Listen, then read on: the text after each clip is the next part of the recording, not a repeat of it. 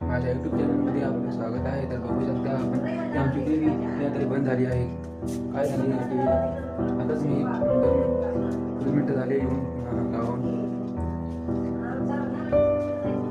आता आमचा स्वयंपाक होतोय. आज मकर संक्रांत आहे. तर तुम्हाला एक गोष्ट सांगायची होती. तुम्हाला सर्व परिवारांस मकर संक्रांतीच्या हार्दिक शुभेच्छा. आणि एक गोष्ट सांगायची होती, माझ्या यूट्यूब चॅनलमध्ये जेवढे व्हिडिओ आहेत ते बघत जावा आणि लाईक आणि सबस्क्राईब आणि कमेंट्स करून मला सांगा काय कमी आहे ते पूर्ण करू.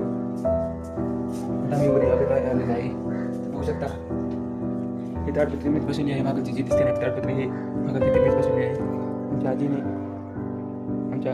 आमच्या आजीने हे तेलाची डबा बळवतला आहे तेल टाकण्यासाठी. आणि हे ऊस आजी तर काही खात नाही, तर मलाच खावे लागेल ऊस. हे आम्ही इकडं टाकीवर कपडे घालतोय वाळू. हे आजी दिसते नाही तुम्हाला. हे आजीकडे बघा किती काम करते.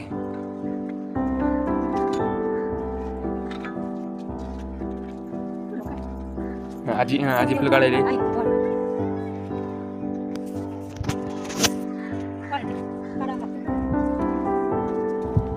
बघू शकता. हे पतंग किती उंच उडत आहे बघू शकता तुम्ही. आज मकर संक्रांत असल्यामुळे पतंगाचा जोश दिसतोय सगळीकडे. पतंग दिसत आहे. आणि हे आमचं मागलचं झाड, घराच्या मागलचं झाड, हे झाड आहे शेवग्याच्या शेंगाचं. ह्या शेंगा खूप छान लागतात खाण्यासाठी, पौष्टिक सुद्धा असतात शरीरासाठी. मुली हॉटेलची काय करत आहेत बघू शकता आपण.